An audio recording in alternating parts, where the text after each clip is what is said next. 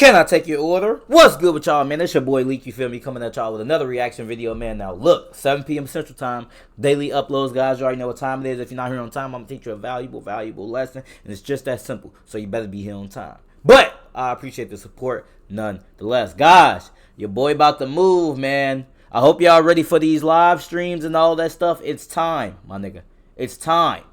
Your boy moving to Texas. I'm going to be in Houston, Texas. I don't know who's living in Houston, Texas. But if you see me in Houston, Texas, that's because I live there. Yeah, I mean, I'm moving in a couple weeks, man. Get some exciting stuff. Y'all got to be ready for these streams and these different type of content and stuff that I'm bringing, man. But that's not what this video is about, bro. This video is called Serial Killers That Are On the Loose Today. We're going to see what the video is talking about, man. I got my Burger King headset, as you can see. Let's get the video cooking, man. Vending machine killer. On April 30th, 1985, a 45-year-old truck driver stopped near a vending machine in Fukuyama, Japan. He was exhausted from work and was looking for an energy drink to help him power through the rest of the day. When he approached the vending machine, however, he noticed something surprising.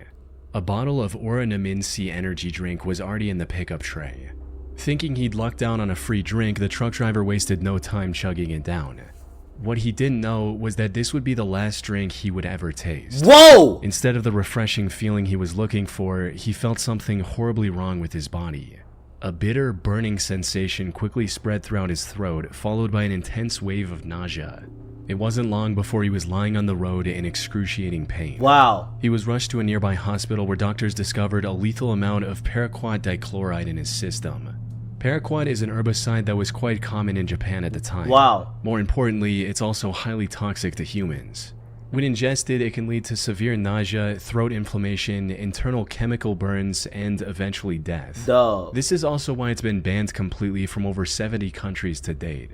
Unfortunately, despite knowing the look. Pay attention, guys. Pay attention. I was looking for it. I was looking for it. Chemical burns and eventually death. What they say? What they say right there? This is also why more than 70 countries have already been banned, but Americans are still at risk. Aren't we all? We're always at fucking risk in America. Hey, we're gonna ban this in fucking 100 and some countries, but guess what? Not in America. We're not gonna ban it in America. No way, nigga. No way. Dog, what the fuck? And these motherfuckers over here, make America great. Make America... Tell these motherfuckers to fucking keep the food safe. How about that one? How about that one? Fucking obese motherfuckers roaming left and right. How about that one? How about stop putting the bullshit in our food that's unnecessary? And you motherfuckers there, make America great. Make America great. Now, I'm proud to be an American. Let's not get it twisted. I'm proud to be where I am. But still, my nigga. Talking about make it great, nigga. How about we actually take care of the people that live here? My nigga? Damn. But Americans are still at risk. Ron, why are we at risk? We always at risk for some shit. Every time. Fuck, man. That shit get tiring, bro. And then there's these fucking stupid motherfuckers that just love the government so much, but then they got food in they got shit in our food that's killing us fucking slowly and shit. But y'all love them so much. We need a fucking change, my nigga. What the fuck?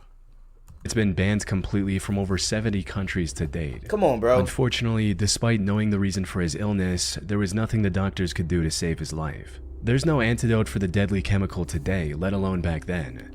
So, after hanging on to his life for a month, the truck driver passed away on the 30th of May, 1985. Wow. At first, investigators assumed that given the nature of his work, he might have accidentally encountered the toxic substance while on duty. However, after reviewing his haul records, they found no trace of this herbicide or anything remotely linked to it. This left them with only one conclusion. The chemical was mixed into the drink he consumed just moments before collapsing in agony. Wow. But with no leads or concrete evidence, they couldn't determine whether it was a murder or self-inflicted act, resulting in the case getting shelved for the time being. Wow. Wow. Now, while this might sound absurd today, you have to understand that paraquat was readily available in the country at the time. You didn't need any prescription or identification to purchase the chemical, leading to over 1,400 people using it as the poison of their choice in 1984 alone. In other words, the possibility of it being self-inflicted was just as high. However, just as the investigators were about to give up on this case completely, they received tragic news. Another person had fallen victim to the same poison after consuming oranaminsi on the 5th of September. Then another 6 days later, and one more 2 weeks after that. By this point, it was clear that someone was deliberately poisoning vending machine drinks across Japan. Dog, imagine, bro, this got to be the most fucked up ways to go out, bro. Especially the first guy, bro. He tired of this shit. He like, I need an energy drink, right? That nigga go to the vending machine. Is one already sitting there. Oh, it must be my lucky day. It must be my lucky day. Whoop-de-doo. And that nigga drink that shit and die. That's sad, bro. Bro, you know how evil you gotta be to like, bro.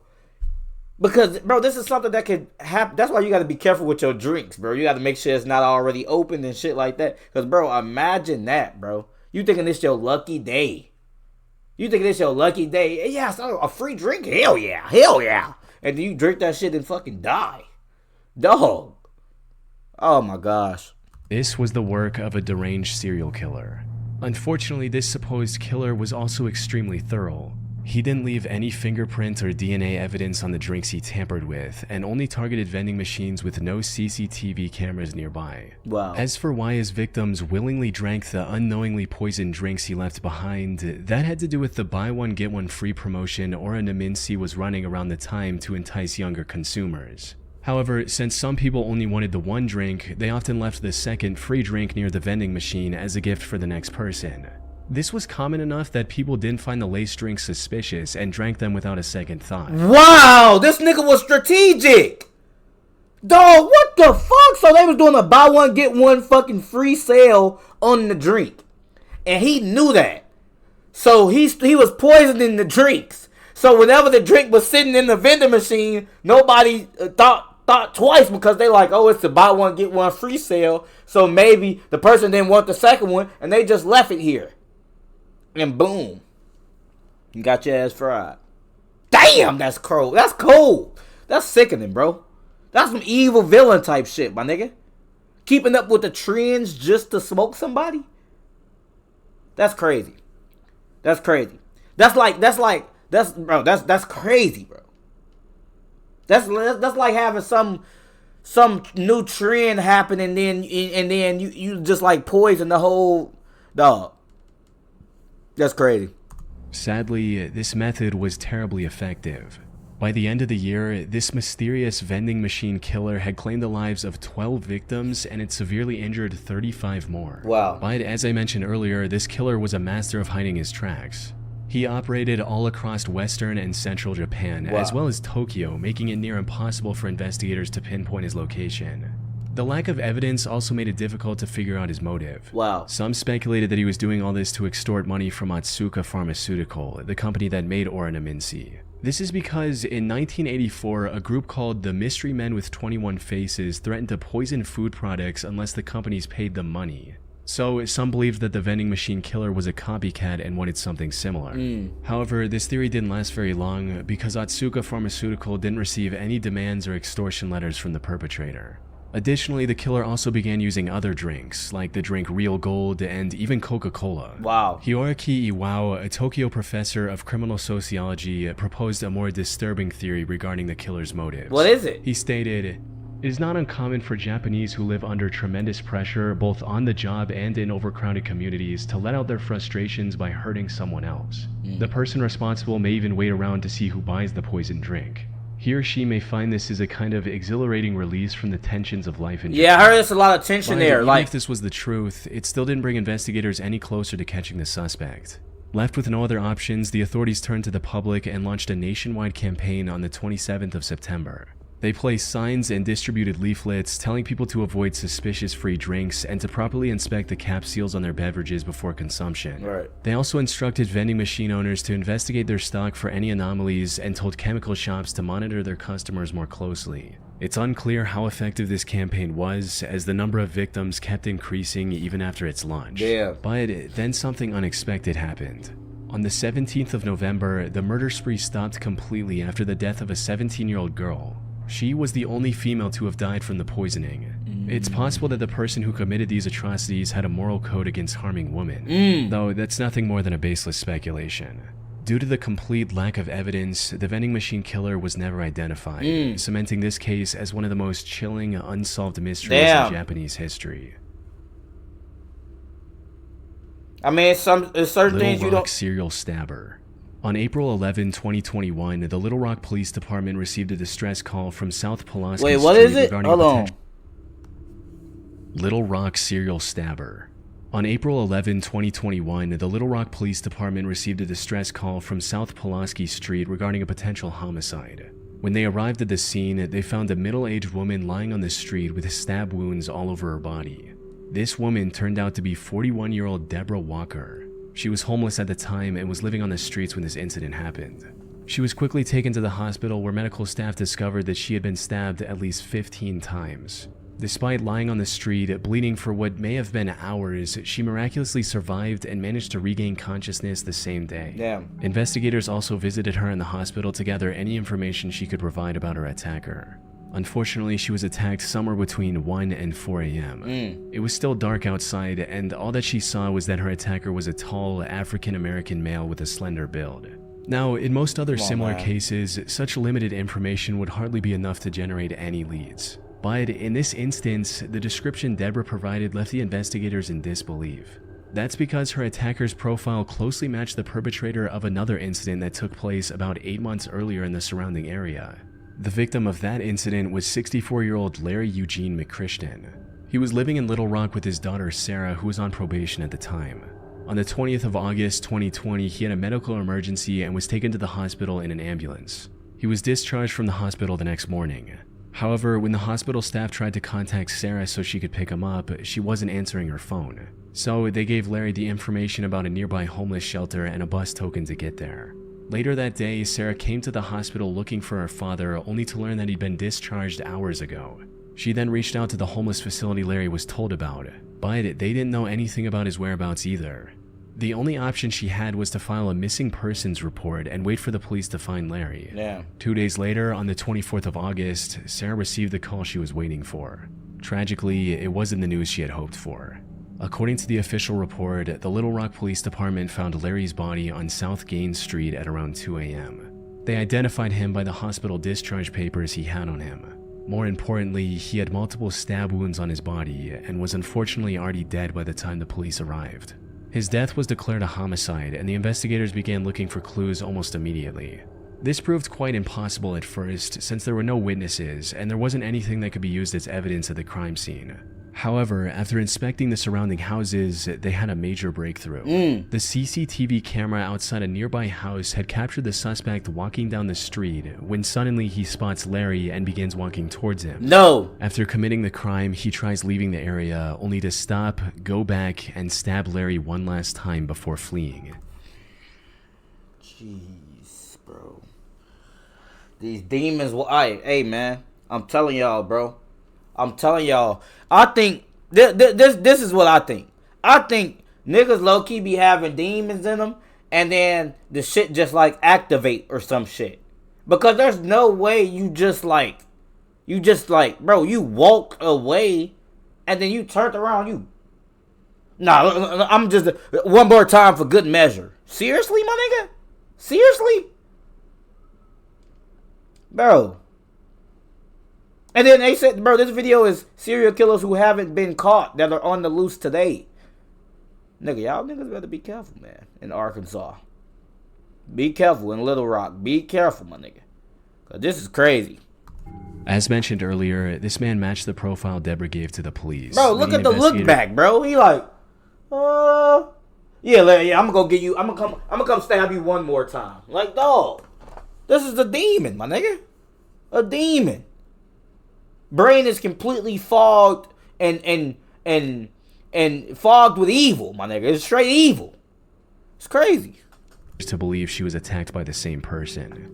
While looking into older cases, they also connected the same killer to another murder that happened in the area on September 23rd, 2020.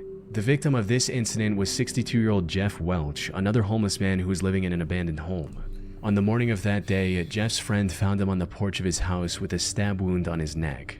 By this point, the investigators knew they were dealing with a deranged serial killer.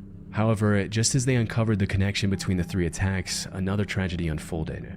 On April 12, 2023, a day after the attack on Deborah Walker, another one of his victims was found on the Wright Avenue overpass. The only thing in common with these 4 attacks was that they all involved homeless individuals. Dog, you know how fucking evil you gotta be to be just, bro, stabbing homeless people? Why would you do that? Their life is already rough, my nigga. That's why I'm saying it's gotta be demons, bro. They be possessed by demons, bro. You going around stabbing homeless people, bro. Seriously. Why? Why? Bro, they life already rough, bro. What the hell, bro? What is wrong with you, bro? Come on, dog. And they all happened between 1 and 4 a.m. There seemed to be no clear pattern on how the perpetrator selected his targets. This left the Little Rock community terrified to leave their homes, fearing they might become the next victim of the serial killer on the loose. After realizing the potential danger of the situation, LRPD began spreading awareness about the man who is now being referred to as the Little Rock Slasher. They also turned to the public to ask for any information they could provide on the matter, and even announced a $20,000 reward. We also need your help. If you have seen anything suspicious or have surveillance cameras on your homes or businesses in this area, please contact us at 501. Unfortunately, despite having CCTV footage of the suspect, the Little Rock Slasher was never caught. The case remains a mystery to this day. Or at least that's what the official reports say. While researching this case, I came across an Arkansas-based blog called the Snarky Media Report. The authors of this blog did their own investigation into the slasher case, and what they found was shocking to say the least. Put simply, they claim to have found the true identity of the killer after talking to multiple locals and Deborah, who, according to their blog, already knew the identity of her attacker. They also uncovered many details about this supposed killer, including his criminal record, which reveals that he has already served 2 prison terms in Arkansas for felony convictions of domestic violence. Also, his history with drug abuse and how it made him very agitated and violent. The authors of this blog also claim to have contacted the alleged killer's previous landlord, who gave them this image of the perpetrator. Which begs the question, if they know so much about the slasher, including his legal name, why didn't they give this info to the police? That's where the case goes from creepy to bizarre, since, according to them, they've already given everything they had to the relevant authorities. Wow. Despite this, the Little Rock police didn't make any progression in catching the serial killer. Snarky Media also published a video of the Little Rock mayor and police chief refusing to answer questions about the case. This seems to hint at something incredibly shady going on behind the scenes. No, bro, this nigga above the law. That's when shit gets scary, guys. When people are above the people that's supposed to be protecting you. This is not the first time something is like this happened. That's what I talk about with corruption, with everything, bro. You have to really be careful. You can't put your fucking trust 100% into anything these days. You can't put it into the government. You can't put it into your family members. You can't do none of that, bro, because it's corruption everywhere. It's brainwashing. It's all type of weird ass shit, bro. Basically, if this is true, that means this nigga is above the law. Bro, when the motherfuckers are above the law, they can do whatever they want. And it don't help that the mayor black too. Don't tell me you got your fucking black ass cousin out here fucking stabbing people up. Don't tell me. Cause now you're making us fucking look bad with that bullshit. You making us look bad. Come on, bro. Come on, bro. It's not a good look. That said, there's no way for me to confirm if the authors of the Snarky Media blog are telling the truth. For all we know, their whole investigation is made up, and this is just some random guy who has nothing to do with the 4 attacks, and it's all a ploy to make the Little Rock Police Department look bad. Most of the information they've gathered seems to check out with what's released publicly by the authorities. The only discrepancy in their investigation is the age of the suspect. Officials believe the slasher to be young, possibly in his 20s, but the authors of this blog state that the person they found was 46 years old. Unfortunately, this is where the leads end. Whether Snarky Media is telling the truth or not remains uncertain. What is certain, however, is that the case remains unsolved to this day. Yeah. The Little Rock Slasher is likely still out there and can continue his murder spree at any moment. Damn, bro. Thanks to Trade Coffee for sponsoring this. Come on, dog. Chill. Chill. Chill. That shit went on for like a minute. Chill, bro. Chill. On February 17, 1997, 21-year-old Patrick McNeil went out with his friends. He spent the evening out drinking with his friends in the Dapper Dog Bar in Manhattan. During this time, he likely drank more than he could handle, resulting in him throwing up in the bar's bathroom before leaving in a highly unstable and disoriented state. Bro, that's the comedian nigga. Why is he in the video? I forgot his name, bro. That nigga funny as shit. That's a comedian right there. Resulting in him throwing up in the bar's bathroom before. Bro, this is a comedian. I can't remember. I think his name like Louis or something. Patrick was then seen turning left onto 90th Street, heading in the direction of the East River. This was the last time anyone would see Patrick alive. Following this night out, Patrick vanished into thin air. Despite extensive efforts, authorities found no leads or clues to his whereabouts. That is until April 7, 1997, when Patrick's lifeless body was found in the East River 50 days after his disappearance. Duty Sergeant of the NYPD's Special Investigation Division, Kevin Gannon, was called to the scene to assist with the body's recovery and examination. Kevin had been a seasoned detective for years, and by this point there was little that could surprise him. However, the circumstances surrounding Patrick's death disturbed him to his core. The more he looked into it, the more strange the situation became. For instance, Kevin noted that Patrick's body wasn't decomposed enough to have been floating in the river for a week, let alone the past 50 days. He also found burn marks on Patrick's body, hinting at the possibility of him being restrained prior to his death. Damn. Kevin knew that something wasn't right. Unfortunately, due to the complete lack of evidence pointing to the contrary, Patrick's death was ruled as an accident. Wow. Kevin kept thinking over this feeling for the next year before coming across a case that reinforced his suspicions even further. On February 13, 1998, another body was found in the same stretch of water. Wow. This body was later identified as 22-year-old Lawrence R. Andrews, who had gone missing on New Year's Eve after celebrating the event with his friends in Times Square. After getting on the case, it didn't take long for Kevin to notice eerie similarities between the two cases, as both bodies were found within yards of each other. Both of them were also young Caucasian males and were on track to have successful careers. They both disappeared in one of the most crowded cities in the world without any trace as well. Most importantly, Kevin also found similar oddities in both cases, where the bodies were a lot less decomposed than they should have been, and there were burn marks indicating possible restraints before their death. Wow. Lawrence's case prompted Kevin to look for other similar cases across the US. He enlisted the help of fellow detective Anthony Duarte and a criminal justice professor, Dr. Lee Gilbertson. Together, they began investigating these cases, and soon a chilling pattern began to emerge. In total, they found 45 different instances of young men dying under shockingly similar circumstances as Patrick and Lawrence. Most of them went out for a night of drinking, became more intoxicated than usual, disappeared shortly after, and were later found dead in some body of water. Almost all of them were also Caucasian and on track to have a high-paying career like engineering after college. Wow. Most disturbingly, however, they also found graffiti of smiley faces near the bodies of at least a dozen different victims. Wow. This led to the three investigators creating the smiley face murder theory. According to this theory, these 45 and possibly many other deaths from the 1990s to 2010s weren't accidents in the slightest. Instead, they were murders committed by a single deranged person or an organized group of serial killers. This is the only logical explanation they could find to justify the many oddities and similarities in these incidents.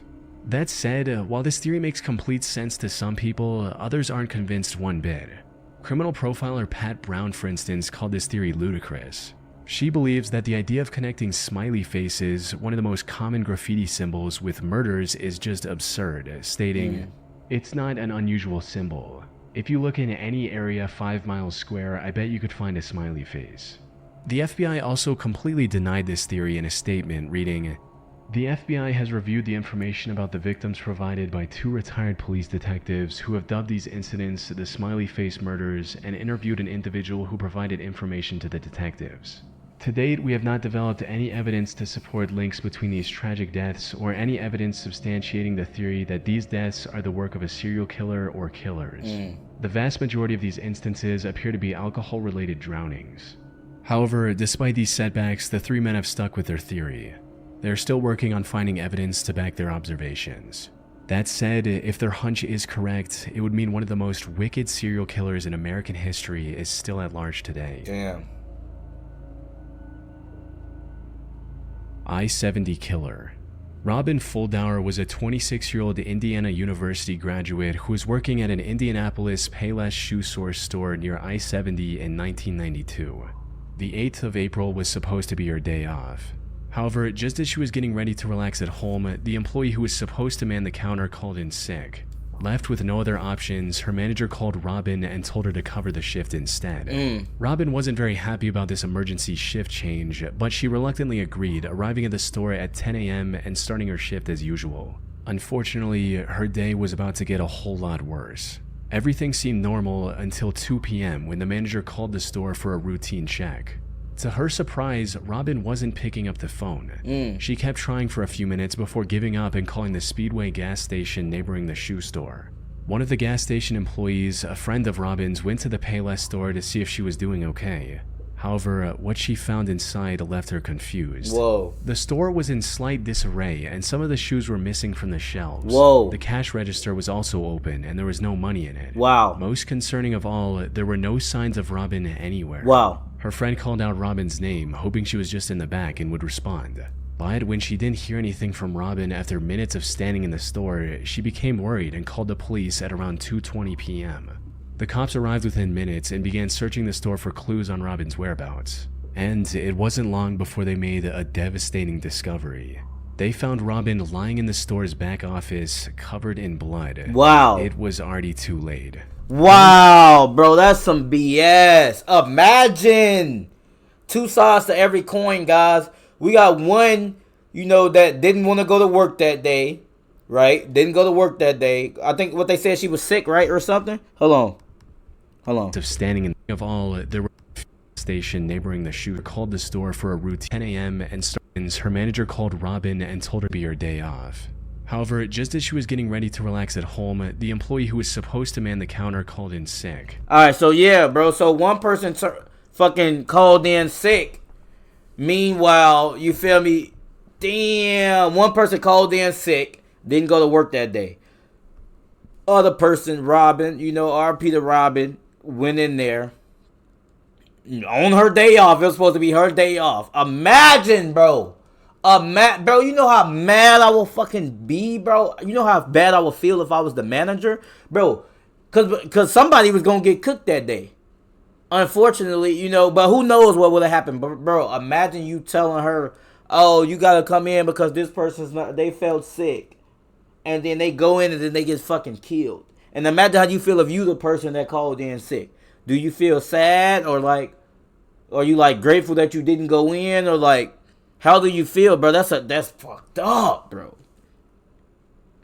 Damn. Of course you don't want to die, but still, you may feel a certain type of way. You may feel like you got blood on your hands if you the manager or the one that called in sick because you oh, if I would have went to work, maybe that would have never happened, or if I would have never called her into work, maybe that would have never happened. Damn. Street claimed to have seen a strange man loitering around the shoe store back office covered in blood. It was already too late. During questioning, an employee from the store across the street claimed to have seen a strange man loitering around the shoe store a couple hours earlier. According to this employee, the man sat on the curb for about a half hour, rifling through his bag and staring at the Payless store.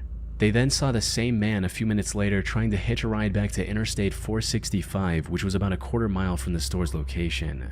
Unfortunately, they were too far away to get a good look at the man's face. Given the money stolen from the register, and without any other leads, investigators filed this as nothing more than a robbery gone wrong. However, they couldn't have been more wrong.